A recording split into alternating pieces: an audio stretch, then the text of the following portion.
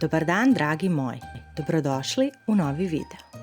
Danas pravimo lješnjak kuglice. Za ovaj kolač vam je potrebno da istopite 150 g margarina i 250 g čokolade.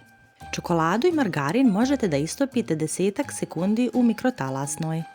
U jednu posudu stavite 180 g mljevenih prženih lješnjaka i dodate istopljenu čokoladu i margarin.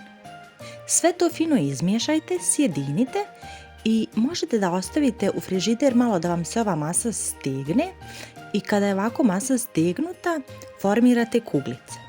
U unutrašnjost svake kuglice stavljate jedan oguljen prženi lješnjak. Istopite 150 g čokolade sa 3 supene kašike ulja. Čokoladu možete istopiti u mikrotalasnoj, samo pazite da vam ne zagori.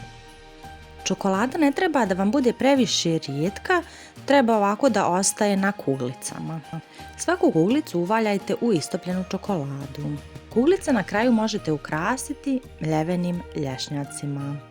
Hvala vam što ste pogledali još jedan moj video, nadam se da vam se recept svidio, isprobajte ga, a mi se čujemo u narednom videu. Ćao!